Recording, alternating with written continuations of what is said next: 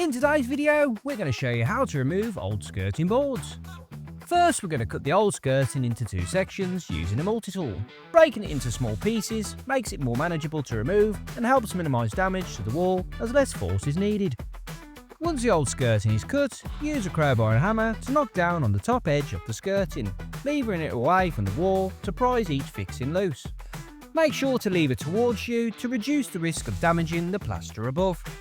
Work slowly along the skirting until you reach the end of the first section. Next, place the crowbar underneath the skirting and lift up to loosen it further from the wall.